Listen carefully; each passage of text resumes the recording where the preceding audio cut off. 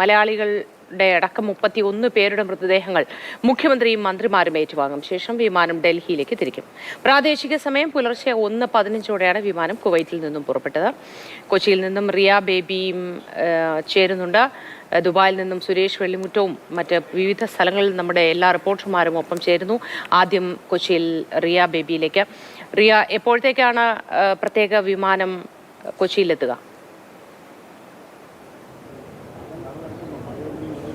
Modi, Kuwait ദുരന്തത്തിന്റെ നടുക്കത്തിലാണ് ഇപ്പോഴും കേരളക്കരയാകെ. 24 മലയാളികളുടെ വിയോഗമാണ് ആ ദുരന്തത്തിലുണ്ടായത്. അതിന്റെ നടുക്കത്തിലാണ് ഉറ്റവരും ആ വാർത്ത കേട്ടവരും നമ്മളടക്കമുള്ള മുഴുവൻ ആളുകളും. 8 കൂടി നെടുമ്പാശ്ശേരി വിമാനത്താവളത്തിലേക്ക് കാർഗോയിലേക്ക് 23 മലയാളികളുടേതുൾപ്പെടെ 31 പേരുടെ മൃതദേഹങ്ങൾ എത്തിക്കുമെന്നാണ് നേരത്തെ അറിയിച്ചിരുന്നത്. എന്നാൽ അത് 9 മണി കഴിയുമെന്നാണ് ഇപ്പോൾ അറിയുന്ന വിവരം. മന്ത്രിമാരായ പി രാജീവ്, രാജൻ, ആരോഗ്യവകുപ്പ് മന്ത്രി വീണ ജോർജ് അടക്കമുള്ള ആളുകൾ ആലുവയിലെത്തിയിട്ടുണ്ട്. അവർ ഏതാണ്ട് 8:30 തന്നെ നെടുമ്പാശ്ശേരി വിമാനത്താവളത്തിലേക്ക് എത്തും. 45 പേരുടെ മൃതദേഹമായിരിക്കും സേനയുടെ പ്രത്യേക വിമാനത്തിൽ നെടുമ്പാശ്ശേരിയിൽ എത്തിക്കുക. അവിടെ 31 മൃതദേഹങ്ങൾ മുഖ്യമന്ത്രി ഏറ്റുവാങ്ങും. അതിൽ 23 മലയാളികളുടെ മൃതദേഹങ്ങളുണ്ട്.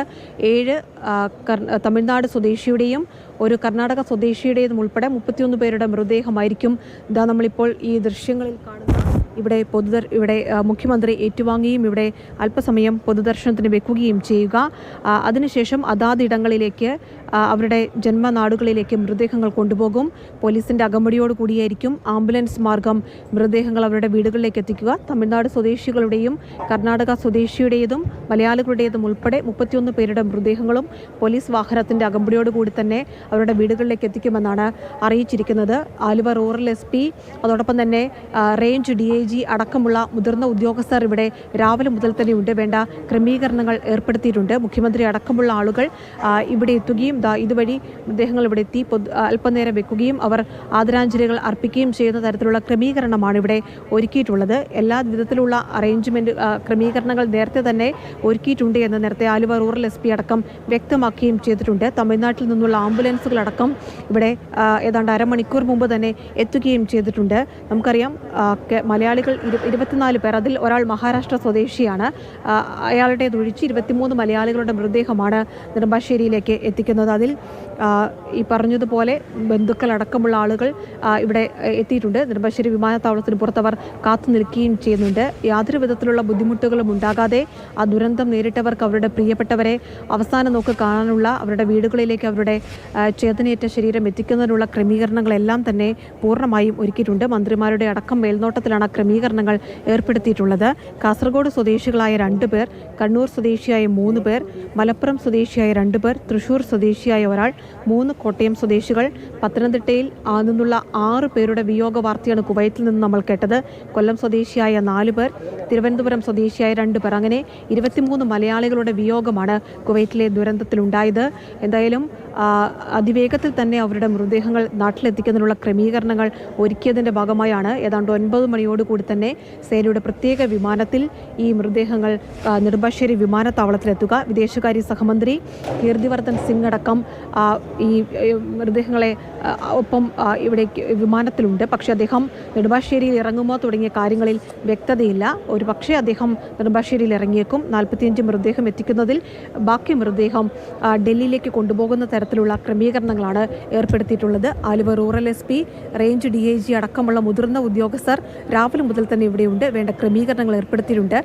ഇവിടെയായിരിക്കും മൃതദേഹങ്ങൾ വെക്കുക. ഇതിന് പുറത്ത് ആംബുലൻസുകൾ സജ്ജമായിട്ടുണ്ട്. തമിഴ്നാട് സ്വദേശികളുടെയും കർണാടക സ്വദേശിയുടെയും മൃതദേഹം അവരുടെ നാട്ടിലേക്ക്, വീടുകളിലേക്ക്, ഉറ്റവരുടെ അടുത്തേക്ക് എത്തിക്കുന്നതിനുള്ള പൂർണ്ണ ക്രമീകരണങ്ങൾ ഏർപ്പെടുത്തിയിട്ടുണ്ട് എന്നതാണ് നേരത്തെ റൂറൽ SP വ്യക്തമാക്കിയത്. പോലീസ് വാഹനം എല്ലാ ആംബുലൻസിനും വഴിയൊരുക്കി അതിവേഗത്തിൽ അവരുടെ വീടുകളിലേക്ക് എത്തിക്കുന്നതിനുള്ള ക്രമീകരണം ഏർപ്പെടുത്തിയിട്ടുണ്ട്. എന്തായാലും ആർക്കും സഹിക്കാൻ കഴിയാത്ത ഈ വാർത്ത അറിഞ്ഞതു മുതൽ നാടൊന്നാകെ വിതുമ്പുകയായിരുന്നു. ഇനിയുള്ളത് അവരുടെ പ്രിയപ്പെട്ടവരുടെ ചേതനേറ്റ ശരീരം അവരുടെ വീടുകളിലേക്ക് എത്തിക്കുകയും വേണ്ട നടപടിക്രമങ്ങൾ പൂർത്തിയാക്കുകയും ചെയ്യുക അടക്കമുള്ള കാര്യങ്ങൾ അതിവേഗത്തിൽ പൂർത്തിയാക്കി കൊടുക്കുക എന്നുള്ളതാണ്. അതിന് എല്ലാ ഉദ്യോഗസ്ഥർക്കും നിർദ്ദേശം നൽകിക്കൊണ്ട് പൂർണ്ണമായും മന്ത്രിമാരുടെ അടക്കം മേൽനോട്ടത്തിൽ കൊച്ചിയിൽ നിന്ന് നെടുമ്പാശ്ശേരിയിൽ എത്തുന്ന മലയാളികളുടേതടക്കമുള്ള മൃതദേഹങ്ങൾ അവരുടെ വീടുകളിലേക്ക് എത്തിക്കുന്നതിനുള്ള എല്ലാ ഒരുക്കങ്ങളും തന്നെ പൂർത്തിയാക്കിയിട്ടുണ്ട്. ശരി റിയ, ഇപ്പോൾ ദുബായിൽ നിന്നും സുരേഷ് വെള്ളിമുറ്റം ചേരുന്നു. സുരേഷ്, ഇനിയും ഒരുപാട് പേർ ചികിത്സയിലുണ്ട്. മലയാളികൾ അടക്കമുള്ളവരുടെ ആരോഗ്യനില ഇപ്പോഴെങ്ങനെയുണ്ട്? മലയാളികളടക്കം 33 പേർ ചികിത്സയിലുണ്ട് എന്നുള്ളതാണ് ഇന്നലെ ഏറ്റവും അർദ്ധരാത്രിയോടുകൂടി കുവൈറ്റിലെ ഇന്ത്യൻ എംബസി വ്യക്തമാക്കിയിട്ടുള്ളത്. കുവൈറ്റിലെ ഇന്ത്യൻ എംബസി മൃതദേഹങ്ങളെല്ലാം വിമാനത്തിൽ കയറ്റിയതിനു ശേഷം ഒരു ചിത്രസഹിതമാണ് ഈ വിവരം ട്വീറ്റ് ചെയ്തിട്ടുള്ളത്. ഇന്നലെ കുവൈറ്റ് സമയം രാത്രി 8 മണിയോടുകൂടി എംബാമിംഗ് നടപടികൾ ആരംഭിച്ചു. ആ എംബാമിംഗ് നടപടികൾ രാത്രി 10:30 വരെ നീണ്ടുനിന്നു. രാത്രി 10:30 എന്ന് പറയുമ്പോൾ നാട്ടിലെ സമയം 1 മണിയാണ്. അത്രയും സമയം എംബാമിംഗ് നടപടികൾ നീണ്ടുനിന്നു. അതിനുശേഷമാണ് മറ്റ് നടപടിക്രമങ്ങൾ കൂടി പൂർത്തിയാക്കി മൃതദേഹങ്ങളെല്ലാം തന്നെ കുവൈറ്റ് അന്താരാഷ്ട്ര വിമാനത്താവളത്തിലേക്ക് കൊണ്ടുപോയത്. അവിടെയാണ് സൈനിക വിമാനം ഉണ്ടായിരുന്നത്. ആ സൈനിക വിമാനത്തിലേക്ക് എത്തിച്ച് വിമാനത്താവളത്തിലെ മറ്റ് നടപടികളെല്ലാം പൂർത്തിയാക്കിയതിനു ശേഷം പ്രാദേശിക സമയം 1:15 കൂടിയാണ്, കുവൈറ്റ് സമയം 1:15 കൂടിയാണ് വിമാനം ഇവിടെ നിന്നും ടേക്ക് ഓഫ് ചെയ്തത്. 45 മൃതദേഹങ്ങൾ ആ വിമാനത്തിൽ ഉണ്ട് എന്നുള്ളത് അപ്പോൾ തന്നെ കുവൈറ്റിലെ ഇന്ത്യൻ എംബസി അധികൃതർ അറിയിക്കുകയും ചെയ്തു. അതിൽ 23 മലയാളികളുടെ മൃതദേഹം, ആ 23 പേരിൽ ഒരാൾ മഹാരാഷ്ട്രയിലുള്ള കൊല്ലം കരുനാഗപ്പള്ളി സ്വദേശിയാണ് ശ്രീജേഷ്. അദ്ദേഹത്തിന്റെ മൃതദേഹം കൊച്ചിയിൽ ഇറക്കില്ല, നേരിട്ട് മഹാരാഷ്ട്രയിലേക്ക് കൊണ്ടുപോകണം എന്നുള്ളതാണ് ബന്ധുക്കൾ അറിയിച്ചിട്ടുള്ളത്. അതുകൊണ്ട് അദ്ദേഹത്തിന്റെ മൃതദേഹം കൊച്ചിയിൽ ഇറക്കുന്ന കൂട്ടത്തിൽ ഉണ്ടാകില്ല എന്ന് അധികൃതർ വ്യക്തമാക്കുന്നുണ്ട്. മറ്റ് 22 മലയാളികളുടെ മൃതദേഹമായിരിക്കും അതിൽ ഉണ്ടാക്കുക. അതോടൊപ്പം തന്നെ ആകെ 45 പേര്. നമ്മൾ ഇന്ന് നേരത്തെ എംബസിയും ഒക്കെ വ്യക്തമാക്കിയിരുന്നത് 46 ഇന്ത്യക്കാർ എന്നാണ് മരിച്ചിരുന്നത്. അപ്പോൾ അങ്ങനെയാണെങ്കിൽ ഒരാളുടെ മൃതദേഹം ഒരുപക്ഷെ കൊണ്ടുവന്നിട്ടുണ്ടാകില്ല. പട്ടികയിൽ 45 പേരെയാണ് കാണുന്നത്. ഇനി ഒരാളുടെ മൃതദേഹം DNA പരിശോധന എല്ലാം പൂർത്തിയാക്കിയതിനു ശേഷമായിരിക്കും നാട്ടിലേക്ക് കൊണ്ടുവരാൻ കഴിയുക. ഇപ്പോൾ 45 എന്നുള്ളതാണ് ഈ പട്ടികയിൽ പറയുന്നത്. പരിക്കേറ്റവരെ കുറിച്ച് നേരത്തെ മോത്തി ചോദിച്ചത് 33 പേർ ആശുപത്രിയിൽ കഴിയുന്നു എന്നുള്ളതാണ് കുവൈറ്റിലെ ഇന്ത്യൻ എംബസി അറിയിക്കുന്നത്. ആ 33 പേർ 5 ആശുപത്രികളിലായിട്ടാണ് കഴിയുന്നത്. എല്ലാവരും തന്നെ അപകടനില തരണം ചെയ്തു എന്നുകൂടി എംബസിയുടെ ട്വീറ്റിൽ പറയുന്നുണ്ട്. പക്ഷെ അപ്പോഴും നമുക്ക് മനസ്സിലാക്കാൻ കഴിയുന്നത് 2 പേർ ഇപ്പോഴും ഐസിയുവിലാണെങ്കിൽ പോലും അവർ ഒരുപക്ഷെ അപകടനില തരണം ചെയ്തിട്ടുണ്ടാകണം. അതുകൊണ്ടാണ് ഈ 33 പേരും സേഫ് എന്ന് കുവൈറ്റിലെ ഇന്ത്യൻ എംബസി അറിയിക്കാനുള്ള കാരണം. 5 ആശുപത്രികളിലായിട്ട് അൽ ആദൻ ആശുപത്രി, മുബാറക് അൽ ഷബീർ ആശുപത്രി, അൽ ജാബിർ ആശുപത്രി, ഫർസാനിയ, ജഹ്റ, ഈ ആശുപത്രികളിലാണ് എല്ലാവരും കഴിയുന്നതെന്നാണ് അധികൃതർ വ്യക്തമാക്കുന്നത്. മോദി. ശരി സുരേഷ്, ഇപ്പോൾ കൊച്ചിയിൽ നിന്നും രാഗിൻ ചേരുന്നു നമ്മുടെ കൂടെ. രാഗിൻ, എന്തൊക്കെ സജ്ജീകരണങ്ങൾ ഈ കൊച്ചിയിൽ ഒരുക്കിയിട്ടുണ്ട്? കാരണം ഇത്രയധികം മലയാളികളുടെ ചേതനയേറ്റ ശരീരമാണ് കൊച്ചിയിലേക്ക് ഇന്ന് എത്തുന്നത്. നാടൊന്നാകെ വിറങ്ങലിച്ച് നിൽക്കുകയാണ്. ഇതിനൊരു സജ്ജീകരണങ്ങളൊക്കെ ആവശ്യമുണ്ടല്ലോ, അതായത് ആംബുലൻസുകൾ സജ്ജീകരിക്കുക, മറ്റ് സംവിധാനങ്ങൾ ഒരുക്കുക, ഇവയൊക്കെ അത് എത്രത്തോളം പൂർണ്ണമാണ്? എങ്ങനെയാണ് അവിടുത്തെ സ്ഥിതി? മോത്തി, തെക്കൻ കുവൈറ്റിലെ മംഗഫിലെ കമ്പനി ഫ്ളാറ്റിലുണ്ടായ തീപിടുത്തത്തിൽ മരിച്ചവരുടെ മൃതദേഹങ്ങളാണ് ഇവിടേക്ക് കൊണ്ടുവരുന്നത്. ഇവിടെ വലിയ ക്രമീകരണങ്ങൾ തന്നെ, അതായത് പോലീസ് ഉൾപ്പെടെയുള്ള സംവിധാനങ്ങൾ ഇവിടെ നിലയുറപ്പിച്ചിട്ടുണ്ട്. അതിൽ ഇവിടെ എസ്കോർട്ട് ഉൾപ്പെടെ പോകുന്നതിൻ്റെ ഭാഗമായിട്ടാണ് പോലീസ് നിൽക്കുന്നത്. വിവിധ സ്റ്റേഷനുകളിൽ നിന്നുള്ള പോലീസ് വിഭാഗങ്ങൾ നെടുമ്പാശ്ശേരിയിലേക്ക് എത്തിയിട്ടുണ്ട്. ഇവിടെ ആംബുലൻസുകളും സജ്ജീകരിച്ചിട്ടുണ്ട്. അങ്ങനെ ആംബുലൻസിന് എസ്കോർട്ടായിട്ടായിരിക്കും ഈ പോലീസ് വാഹനങ്ങൾ ഉൾപ്പെടെ പോവുക. മുഖ്യമന്ത്രി ഉൾപ്പെടെയുള്ളവർ അല്പസമയത്തിനകം തന്നെ നെടുമ്പാശ്ശേരിയിലേക്ക് എത്തും. 8:30 മണിയോട് കൂടിയാണ് വിമാനം ഇവിടേക്ക് വരിക. ഇതിൽ നേരത്തെ സൂചിപ്പിച്ചത് 45 മൃതദേഹങ്ങളാണുള്ളത്. കൊച്ചിയിൽ ഇറക്കുന്നത് 31 മൃതദേഹങ്ങളാണ്. അതിൽ 23 പേരുടെ മലയാളികളാണ്. എന്തായാലും അവരുടെ ബന്ധുക്കളടക്കമുള്ളവർ ഇവിടേക്ക് അല്പസമയത്തിനകം തന്നെ എത്തുന്നുണ്ട്.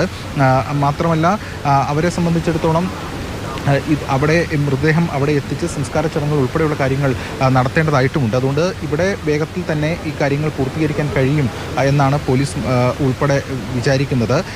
എന്തായാലും അത്യന്തം സങ്കടകരമായിട്ടുള്ളൊരു അവസ്ഥയിലൂടെയാണ് നാട് കടന്നു പോകുന്നത്. കാരണം അവിടെ ഈ ദുരന്തത്തിൽ മരിച്ച, പ്രത്യേകിച്ചും പലരും നാട്ടിലേക്ക് അവധിക്ക് വരാനിരുന്നതാണ്. ചിലർ അവധി കഴിഞ്ഞ് അവിടേക്ക് പോയതാണ്. അങ്ങനെയാണ്, ആ ഘട്ടത്തിലാണ് ഏവരെയും ഞെട്ടിച്ചുകൊണ്ട് ആ സങ്കട വാർത്ത കഴിഞ്ഞ ദിവസം എത്തിയത്. അവരുടെ കുടുംബങ്ങളിലേക്ക് അവസ്ഥ വലിയ സങ്കടകരമായിട്ടുള്ള അവസ്ഥ തന്നെയാണ്. അതിനോട് ഇപ്പോഴും അവർക്ക് ആർക്കും, ആ നാട്ടുകാർക്കും അല്ലെങ്കിൽ നമുക്ക് ആർക്കും തന്നെ ഈ വാർത്ത ഇപ്പോഴും ഉൾക്കൊള്ളാൻ കഴിഞ്ഞിട്ടില്ല, അത് വിശ്വസിക്കാൻ കഴിഞ്ഞിട്ടില്ല. എന്തായാലും അല്പസമയത്തിനകം തന്നെ മൃതദേഹങ്ങൾ വഹിച്ചുകൊണ്ടുള്ള വിമാനം നെടുമ്പാശ്ശേരിയിലേക്ക് എത്തും. ഇവിടെ ക്രമീകരണങ്ങൾ ഉൾപ്പെടെയുള്ള കാര്യങ്ങൾ സജ്ജീകരിച്ചിട്ടുണ്ട്. എത്രയും വേഗം തന്നെ മൃതദേഹങ്ങൾ ഇവിടെ എത്തിക്കഴിഞ്ഞാൽ അത് ഏറ്റുവാങ്ങുന്നതുൾപ്പെടെയുള്ള കാര്യങ്ങളുണ്ടാകും. മുഖ്യമന്ത്രിയായിരിക്കും ഏറ്റുവാങ്ങുക.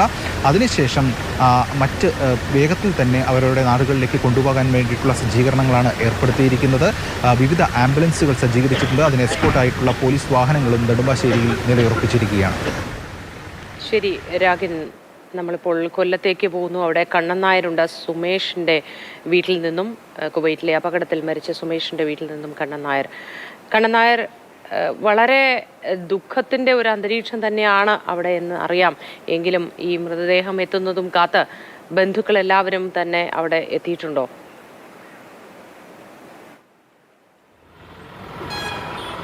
തീർച്ചയായും 4 പേരാണ് കൊല്ലം ജില്ലയിൽ ഈ അപകടത്തിൽ മരണപ്പെട്ടത്. അതിൽ മറ്റൊരു കൊല്ലം ജില്ലക്കാരൻ കൂടി ഉണ്ടെങ്കിൽ, കരുനാഗപ്പള്ളി സ്വദേശി കൂടി ഉണ്ടെങ്കിലും അദ്ദേഹം 15 വർഷമായി ബോംബെയിലാണ് താമസം. ഡെന്നി എന്ന് വിളിക്കുന്ന വ്യക്തി ബോംബെയിലാണ് താമസം. അദ്ദേഹത്തിൻ്റെ ഭൗതിക ശരീരം ഇന്ന് കൊച്ചിയിൽ ഇറക്കില്ല. ബാക്കി 4 പേരുടെ ഭൗതിക ശരീരങ്ങളായിരിക്കും കൊച്ചിയിലേക്ക് കൊണ്ടുവരിക. കൊച്ചിയിൽ ഷമീർ, അതുപോലെ തന്നെ ലൂക്കോസ്, സാജൻ ജോർജ്, അതുപോലെ തന്നെ സുമേഷിൻ്റെ മരണം ഇന്നലെ വൈകിട്ടോടുകൂടി, രാത്രിയോടുകൂടിയാണ് സ്ഥിരീകരിച്ചത്. അങ്ങനെ 4 പേരുടെയും മൃതദേഹങ്ങൾ ഇന്ന് കൊല്ലം ജില്ലയിലേക്ക് കൊണ്ടുവരും. അതിൽ ഒരാളുടെ ഭൗതിക ശരീരം മാത്രമായിരിക്കും കബറടക്കുക. അത് ഷമീറിൻ്റെ ഭൗതിക ശരീരമാണ്. ഇന്ന് വൈകിട്ടോടുകൂടി അദ്ദേഹത്തിൻ്റെ കബറടക്ക ചടങ്ങുകൾ ഉണ്ടാകുമെന്നാണ് നമുക്ക് മനസ്സിലാക്കുവാൻ സാധിക്കുന്നത്. സുമേഷിൻ്റെ സംസ്കാരം ഇന്നുണ്ടാകുമെന്നുള്ള കാര്യത്തിൽ ഒരു വ്യക്തതയില്ല. ലൂക്കോസിൻ്റെയും അതുപോലെ തന്നെ സാജൻ ജോർജിൻ്റെയും സംസ്കാര ചടങ്ങുകൾ ഇന്നുണ്ടാകില്ല എന്ന് ബന്ധുക്കൾ അറിയിച്ചിട്ടുണ്ട്. അതീവ ദുഃഖാവസ്ഥയിൽ തന്നെയാണ് ഈ കുടുംബാംഗങ്ങളെല്ലാം തന്നെ ഉള്ളത്. സുമേഷ് കുറച്ച് നാളുകൾക്ക് മുമ്പാണ് വിദേശത്ത് ജോലി തേടി പോയത്. വലിയ സാമ്പത്തിക സ്ഥിതി ഇല്ലാത്ത ഒരു കുടുംബമാണ്. രോഗിയായ അച്ഛനും ഭാര്യയും മകളും അടക്കമുള്ള ആൾക്കാരുള്ള ഒരു കുടുംബമാണ്. സഹോദരൻ നേരത്തെ കുവൈറ്റിലായിരുന്നു ജോലി ചെയ്തിരുന്നത്. അദ്ദേഹം ആരോഗ്യ പ്രശ്നങ്ങളെ തുടർന്ന് നാട്ടിലേക്ക് വന്നിരുന്നു. അതിനുശേഷമാണ് വലിയ ഒരു ദുരന്തമായി ഇപ്പോൾ സുമേഷിൻ്റെ മരണം കൂടി ആ കുടുംബത്തെ തേടിയെത്തിയിരിക്കുന്നത്. ഒപ്പം തന്നെ ഷമീറിൻ്റെ കാര്യം ഇന്നലെ ഷമീറിൻ്റെ വീട്ടിൽ പോയി നമ്മൾ ആ കാര്യങ്ങൾ സംസാരിച്ചതാണ്. 6 വർഷങ്ങൾക്ക് മുമ്പാണ് ഷമീർ ആ വിദേശത്തേക്ക് പോയത്. ഒരു നല്ല ജീവിതം കെട്ടിപ്പടുക്കുക എന്നുള്ള ലക്ഷ്യത്തോടു കൂടി പോയ ഒരു വ്യക്തിയുടെ മരണമാണ്. വിമാനത്താവളത്തിൽ നിന്നും ഇപ്പോൾ ഒരു ഉദ്യോഗസ്ഥന്റെ പ്രതികരണത്തിലേക്കാണ്. അല്ല, ആസ് ഓഫ് നൗ സമയം ഇവർ 10:30 അറിയിച്ചിട്ടുണ്ട്. ബാക്കി വിവരങ്ങൾ അതനുസരിച്ച് നമുക്കറിയാം. അതാണ് ഇപ്പോൾ ഇവർ അറിയിച്ചത്, എയർപോർട്ട് അതോറിറ്റീസ് അറിയിച്ചത്. സർ, വിദേശകാര്യ സഹമന്ത്രി ഇവിടെ ഇറങ്ങുന്നുണ്ടോ? അദ്ദേഹം ഡൽഹിയിലേക്ക് തന്നെ പോവാണ്. ക്രമീകരണമുണ്ടോ? അത് അറിയില്ല ആസ് ഓഫ് നൗ. നമ്മളെല്ലാ ആംബുലൻസുകൾക്കും നമ്മൾ ഓരോ വാഹനങ്ങൾക്ക് ഓരോ പൈലറ്റായിട്ട് അവരെ എത്തിക്കാനുള്ള ക്രമീകരണങ്ങൾ ചെയ്തു.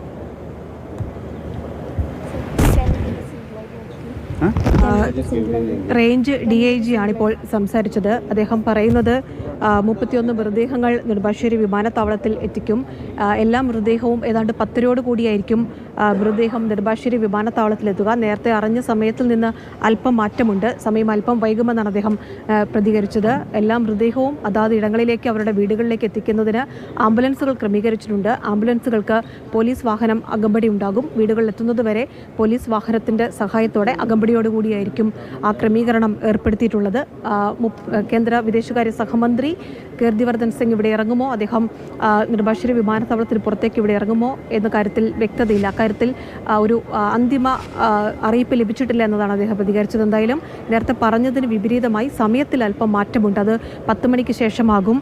ഈ 23 പേരുടെ 23 മലയാളികളുടെയും 7 തമിഴ്നാട് സ്വദേശിയുടെയും 1 കർണാടക സ്വദേശിയുടേതും ഉൾപ്പെടെയുള്ള മൃതദേഹങ്ങൾ ഈ നെടുമ്പാശ്ശേരി വിമാനത്താവളത്തിലേക്ക് എത്തിക്കുക എന്നതാണ് എറണാകുളം റേഞ്ച് DIG ഇപ്പോൾ വ്യക്തമാക്കിയത്. ശരി റിയ, നമ്മൾ കൊല്ലത്ത് കണ്ണൻ നായരിലേക്ക് തിരികെ പോവുകയാണ്. കണ്ണൻ നായർ, കൊല്ലത്ത് ഇതുപോലെ ഒരുപാട് മലയാളികളുടെ ജീവൻ നഷ്ടപ്പെട്ട ഒരു ജില്ലയാണ്. അവിടെ സുമേഷിൻ്റെ വീട്ടിലാണല്ലോ ഇപ്പോൾ ഉള്ളത്. ബന്ധുമിത്രാദികളൊക്കെ സ്ഥലത്തുണ്ടോ? അവിടുത്തെ ഒരു അന്തരീക്ഷം അതെങ്ങനെയാണ്?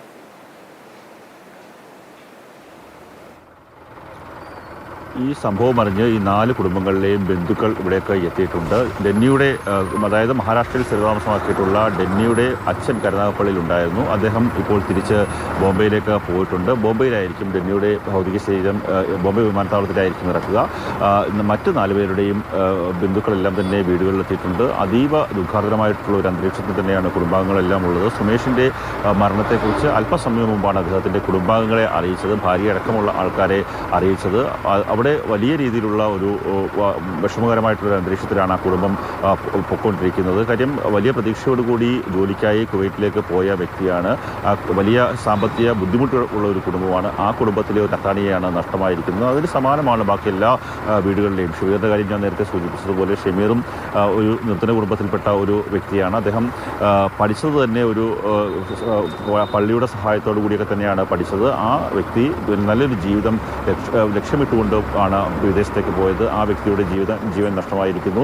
അദ്ദേഹത്തിൻ്റെ സംസ്കാരം ഖബറടക്കമായിരിക്കും ഇന്ന് ഉണ്ടാവുക കൊല്ലം ജില്ലയിൽ. ബാക്കിയുള്ള 3 പേരുടെയും കാര്യത്തിൽ ഒരു തീരുമാനമായിട്ടില്ല.